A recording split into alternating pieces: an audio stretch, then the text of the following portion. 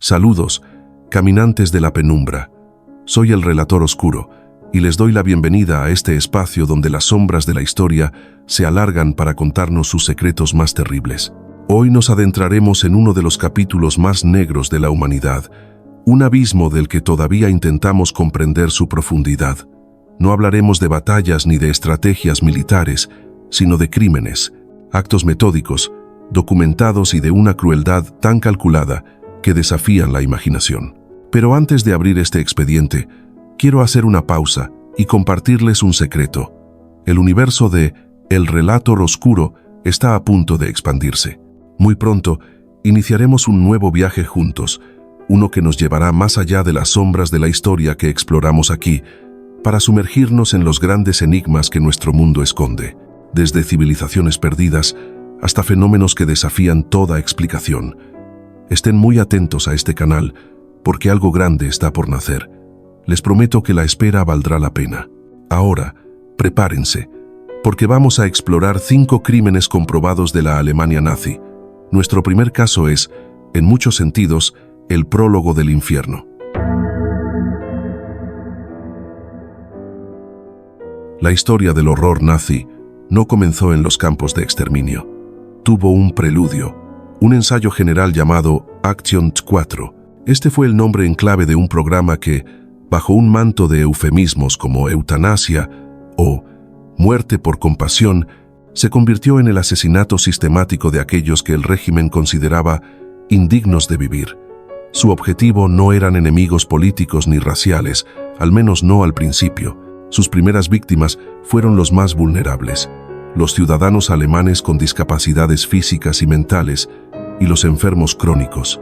La lógica detrás de esta atrocidad era tan fría como un bisturí. En la mente de los ideólogos nazis, estas personas representaban una impureza biológica y, sobre todo, una carga económica para el Estado. La propaganda hablaba del enorme coste que suponía mantener a estas personas. Se elaboraron gráficos y cálculos que mostraban cuánto dinero se desperdiciaba en su cuidado, fondos que, según ellos, podrían destinarse a la juventud aria sana y a la maquinaria de guerra. Cada vida tenía un precio, y la de un discapacitado para el Reich era un coste neto. El programa fue autorizado por el propio Hitler en un decreto fechado en octubre de 1939, pero convenientemente retroactivo al 1 de septiembre para que coincidiera con el inicio de la guerra, presentándolo como una medida necesaria en tiempos de crisis. El proceso era una obra maestra de engaño burocrático. Todo comenzaba con un formulario.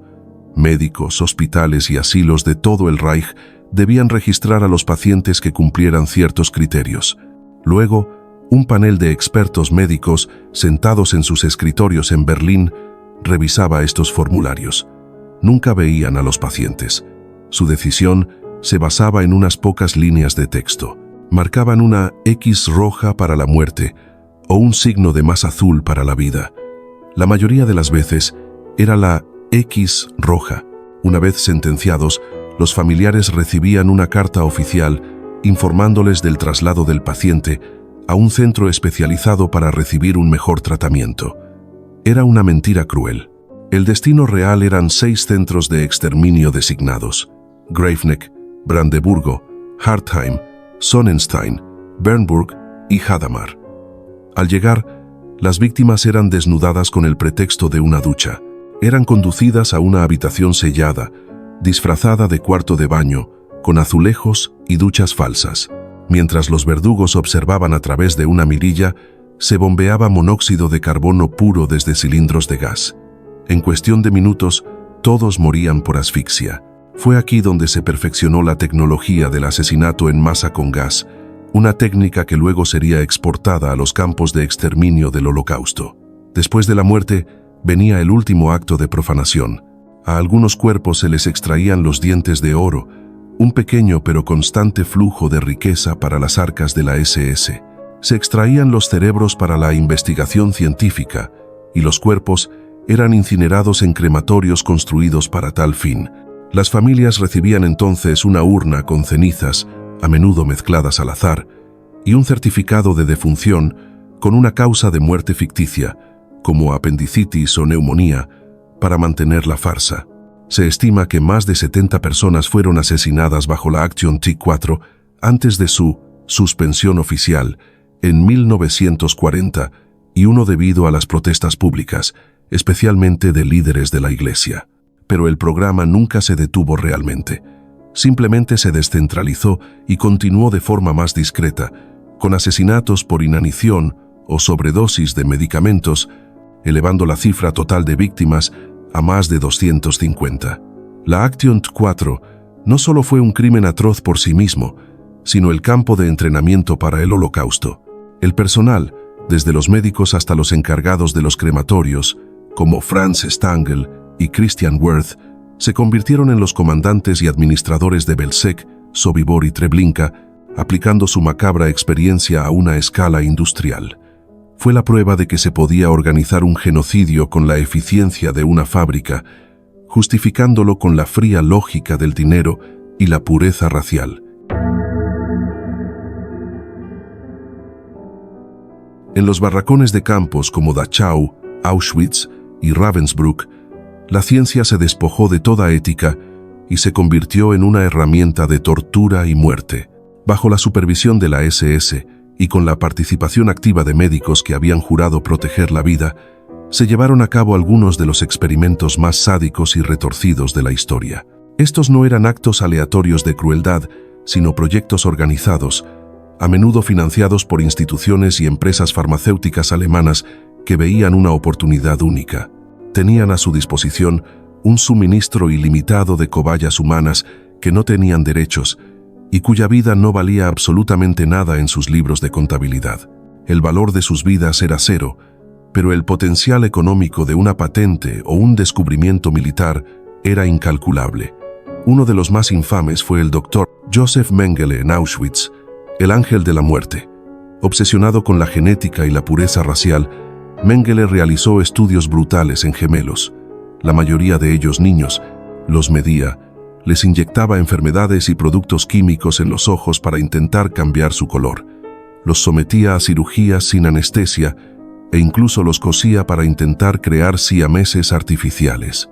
Cuando un gemelo moría a causa del experimento, Mengele ordenaba matar al otro inmediatamente con una inyección en el corazón para poder realizar una autopsia comparativa. Para él, no eran niños, eran material de investigación desechable. En Dachau, el doctor Sigmund Rascher se especializó en experimentos para la Luftwaffe, la Fuerza Aérea Alemana. Para estudiar los límites de la supervivencia a gran altitud, encerraba a los prisioneros en cámaras de baja presión que simulaban altitudes de hasta 20 metros. Los hombres sufrían convulsiones, espasmos y morían de hemorragias pulmonares, mientras Rascher tomaba notas fríamente a través de una ventana de observación. Documentó cómo algunos prisioneros, en su agonía, se arrancaban el pelo y se arañaban la cara.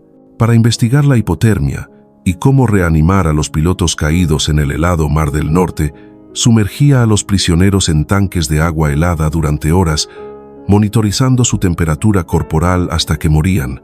Luego probaba varios métodos de reanimación en las víctimas moribundas, desde baños calientes hasta el calor animal, obligando a mujeres desnudas a acostarse junto a la víctima congelada. En Ravensbrück, el campo de concentración para mujeres, se llevaron a cabo experimentos para probar la eficacia de las sulfonamidas, un nuevo tipo de antibiótico. A las prisioneras, principalmente jóvenes polacas, se les infligían heridas en las piernas que luego se infectaban deliberadamente con bacterias como el estreptococo, el tétanos y la gangrena gaseosa. Para simular mejor las heridas de combate, les introducían en las heridas astillas de madera, tierra y fragmentos de vidrio. Las mujeres sufrían dolores insoportables y mutilaciones permanentes.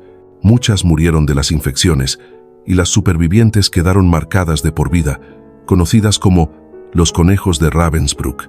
Otros experimentos incluían la esterilización masiva mediante radiación, inyecciones uterinas o castración, buscando un método barato y rápido para esterilizar a millones de personas indeseables. Se infectó a prisioneros con malaria, tifus y tuberculosis para estudiar el curso de las enfermedades. Se les obligó a beber solo agua de mar para probar su potabilidad. Tras la guerra, en los juicios de Nuremberg, se celebró el juicio de los médicos, donde 23 doctores y administradores nazis fueron acusados de estos crímenes. Las pruebas eran abrumadoras: informes meticulosos, fotografías y el testimonio de los pocos supervivientes. De este juicio surgió el Código de Nuremberg, un conjunto de 10 principios éticos para la experimentación humana, cuyo primer y más importante punto es la absoluta necesidad del consentimiento voluntario del sujeto. Fue un intento de crear un cortafuegos contra la barbarie, un legado positivo nacido del horror más profundo. Pero para las miles de víctimas, fue una justicia que llegó demasiado tarde, un reconocimiento póstumo de que sus vidas, que no tenían ningún valor monetario para sus verdugos, eran de hecho invaluables. Hemos recorrido solo 2 círculos de este infierno. La oscuridad es densa, lo sé. Si este viaje por la historia más sombría te está aportando perspectiva, considera dejar tu like y compartirlo. Ayuda a que estas historias no se olviden y a que el canal siga arrojando luz sobre las tinieblas. Y dime en los comentarios, ¿qué crees que impulsa a un ser humano a cometer tales actos? ¿La ideología, el miedo, la ambición o algo mucho más oscuro? Continuemos. Mientras el mundo construía la imagen del Holocausto en torno a los campos de exterminio con sus cámaras de gas, una forma de genocidio más íntima y brutal ya se estaba llevando a cabo en las vastas llanuras de Europa del Este. Esta fue la obra de los Einsatzgruppen, los grupos de operaciones especiales. Eran escuadrones de la muerte móviles, compuestos por hombres de la SS, la Gestapo y la policía alemana, con una misión muy clara: seguir de cerca al ejército alemán en su invasión de la Unión Soviética y eliminar sistemáticamente a cualquier persona considerada enemiga del Reich. Sus objetivos principales eran los funcionarios comunistas, los partisanos y, sobre todo, la totalidad de la población judía, sin importar edad o sexo. A este genocidio se le ha llamado el Holocausto de las balas.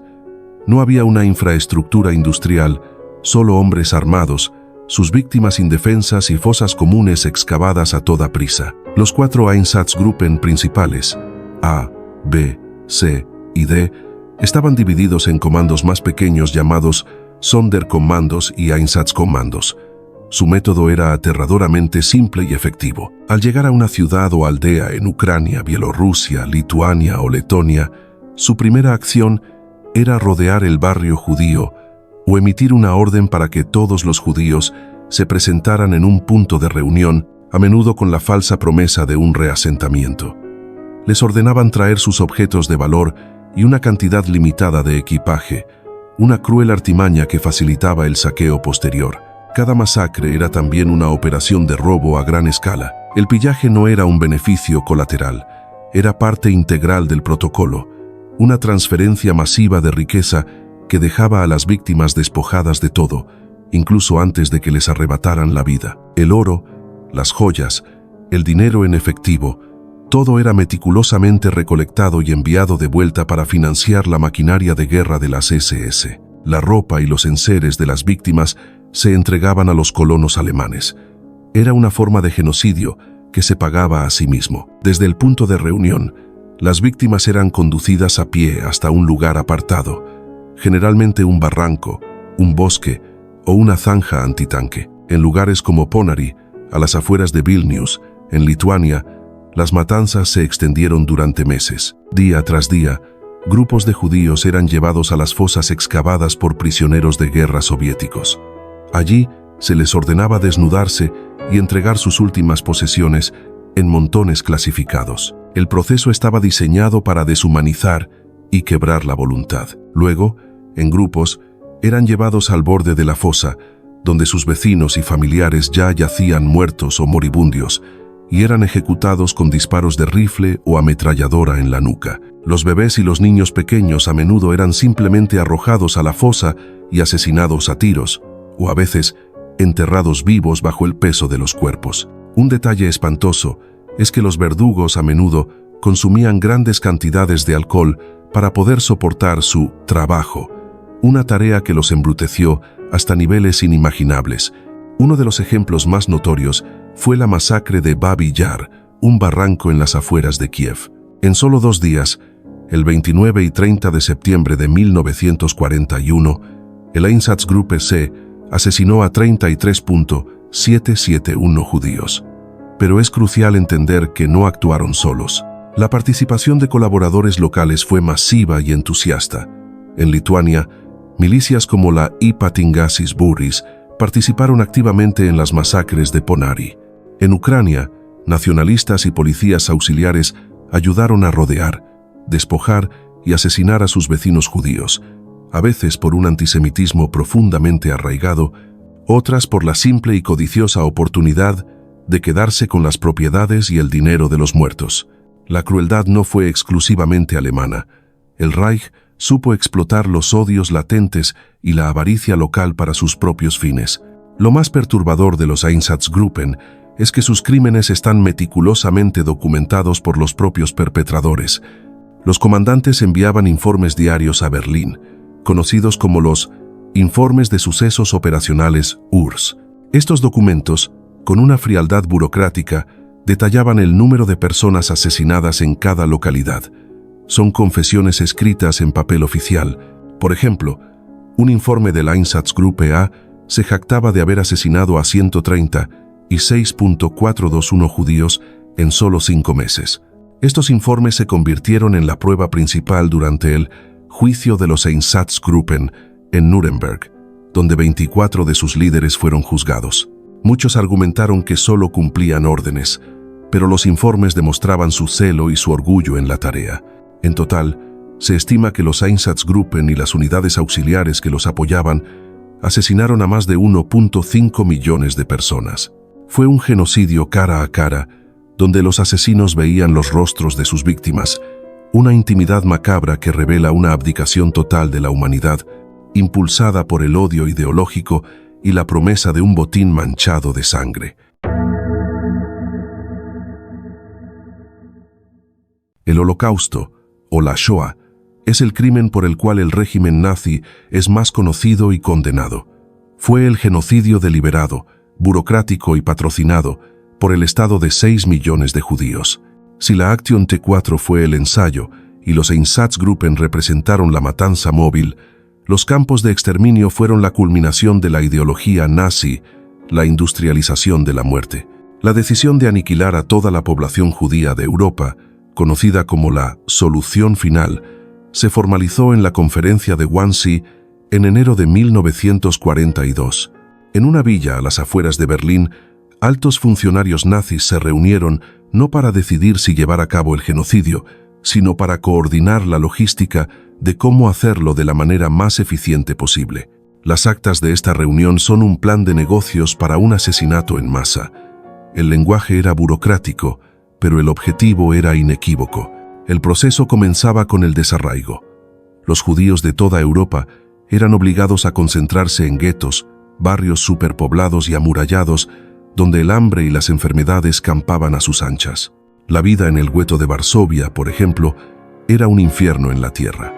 Más de 400 personas hacinadas en un área minúscula, con raciones de comida que eran una sentencia de muerte lenta. Sin embargo, incluso allí, la vida se aferraba. Había escuelas clandestinas, teatros, actos de resistencia cultural, pero el objetivo del gueto era debilitar, aislar y, sobre todo, despojar. Se les confiscaban sus negocios, sus casas, sus cuentas bancarias. Todo su patrimonio pasaba a manos del Estado alemán. El genocidio se estaba autofinanciando, una máquina de muerte cuyo combustible era la riqueza acumulada por sus propias víctimas. Desde los guetos comenzaba el viaje final. Aquí entra en juego la complicidad de instituciones aparentemente civiles como la Reichsbahn, la red ferroviaria alemana. La SS no transportaba a los judíos gratis. Pagaba a la Reichsbahn una tarifa por cada persona. El billete era de tercera clase, de ida. El dinero para pagar estos billetes provenía de los activos confiscados a los propios judíos. Eran obligados a pagar por su propio viaje a la muerte. Las víctimas eran embutidas en vagones de ganado, sin comida, agua ni instalaciones sanitarias. El destino eran campos diseñados para el exterminio, como Auschwitz-Birkenau, Treblinka, Sobibor y Belzec. A su llegada a Auschwitz, Se producía la selección en la rampa. Los considerados aptos para el trabajo eran registrados y tatuados, condenados a una muerte lenta al servicio del esfuerzo de guerra alemán, donde el valor de un trabajador esclavo se calculaba en Reichsmarks. Los que iban a la muerte inmediata eran llevados a las cámaras de gas. Tras el gaseamiento con Zyklon B, los Sonderkommandos entraban en acción.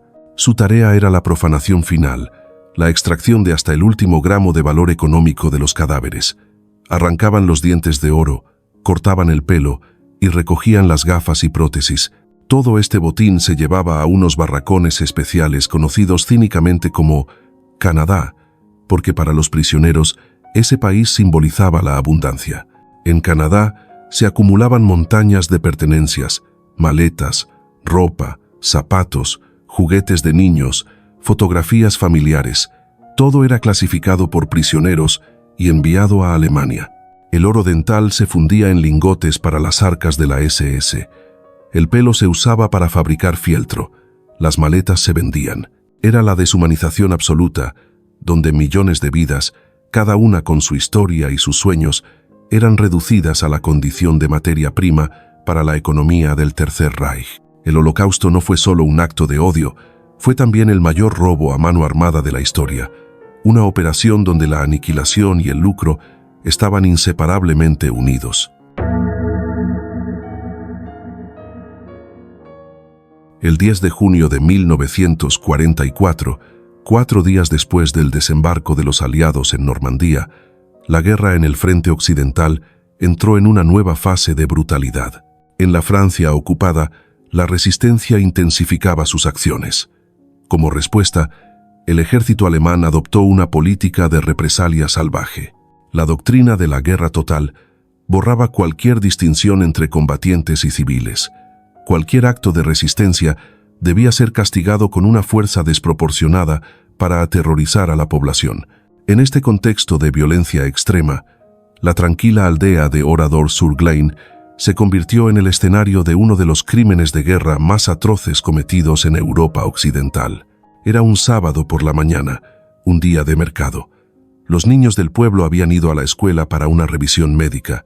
La vida transcurría con una normalidad rural, una sensación de estar lejos de la furia del frente de batalla. Esa ilusión se hizo añicos por la tarde. La 2ª División Panzer de las Waffen-SS, la Das Reich, rodeó el pueblo. Esta división venía subiendo desde el sur de Francia hacia Normandía, siendo constantemente hostigada por los maquis. Sus soldados estaban frustrados y adoctrinados en una ideología que despreciaba la vida de los civiles. El día anterior, un oficial de la SS muy querido en la división, Helmut Kempfe, había sido capturado por la resistencia cerca de allí. Aunque es probable que los habitantes de Oradour no tuvieran nada que ver, el comandante del batallón, Adolf Dickmann, decidió convertir la aldea en un ejemplo aterrador, una lección de terrorismo de Estado. Con el pretexto de una verificación de identidad, reunieron a toda la población en la plaza. Separaron a los hombres de las mujeres y los niños. A los hombres los dividieron en 6 grupos y los encerraron en graneros y garajes. Uno de esos lugares fue el granero Lodi. Allí, los supervivientes contaron cómo los soldados dispararon bajo, a las piernas, para que nadie pudiera correr. Mientras los hombres gritaban y se desangraban en el suelo, los verdugos los cubrieron con paja y prendieron fuego al edificio. Unos pocos, como Robert Ebras, sobrevivieron milagrosamente al permanecer inmóviles bajo una pila de cuerpos de sus amigos y vecinos, soportando el calor insoportable hasta que los soldados se fueron. A las mujeres y a los niños, más de 400, los condujeron a la iglesia. Una vez dentro, los soldados colocaron una caja de explosivos en el altar. Tras la detonación, que llenó la nave de humo asfixiante, las ametralladoras abrieron fuego contra la masa de cuerpos aterrorizados. Luego entraron y remataron a los supervivientes antes de prender fuego al edificio sagrado. La única testigo, Marguerite Ruffang, describió el pánico, los gritos de los niños buscando a sus madres, y cómo logró saltar por una ventana del presbiterio mientras las balas silbaban a su alrededor. En total, 643 personas fueron asesinadas. Tras la matanza, vino el saqueo metódico. Los soldados recorrieron las casas, robando cualquier objeto de valor, un dividendo miserable cobrado sobre cientos de vidas. Finalmente, incendiaron la aldea. Tras la guerra, la justicia fue esquiva. El juicio de Burdeos en 1953 fue un caos político. De los acusados, muchos eran alsacianos, ciudadanos franceses reclutados a la fuerza en el ejército alemán, los llamados malgré nous, a nuestro pesar. Condenarlos generó una crisis política con la región de Alsacia. Al final, se aprobó una ley de amnistía que liberó a casi todos, sacrificando la justicia por la frágil unidad nacional de la posguerra. Para la región de Lemosín, fue una segunda muerte para las víctimas de Oradour. El general de Gaulle decretó que las ruinas se conservaran como un monumento, un testimonio silencioso y permanente de un día en que la guerra mostró su rostro más cruel, no en un campo de batalla, sino en una pequeña e inocente aldea francesa. Hemos viajado al corazón de las tinieblas. Hemos visto cómo la burocracia, la ciencia, la ideología y la guerra pueden convertirse en herramientas para el asesinato en masa. Action T4, los experimentos médicos, los Einsatzgruppen, el Holocausto, Oradour-sur-Glane. No son simples historias de terror, son advertencias. La historia nos juzga a todos, y recordar estos crímenes no es un ejercicio de morbosidad, sino un deber. Un recordatorio de que la civilización es una capa fina y que el mal, a menudo, se disfraza de progreso, de necesidad o de pureza. El dinero, el poder, la ideología. Excusas para justificar lo injustificable. Si has llegado hasta aquí, gracias por tu valentía y tu respeto por la memoria. Suscríbete a El Relator Oscuro para más inmersiones en la historia que no nos contaron en la escuela. Y sobre ese nuevo viaje que les mencioné al principio, la expedición a los grandes misterios del mundo está preparándose. Para ser los primeros en saber cuándo zarpamos y cuál será nuestro destino, asegúrense de estar suscritos aquí y de tener las notificaciones activadas. Será la única forma de no perderse el anuncio. La curiosidad será nuestra única brújula en esa nueva aventura. Yo soy el Relator Oscuro. Y recuerda, la oscuridad siempre tiene algo que contar.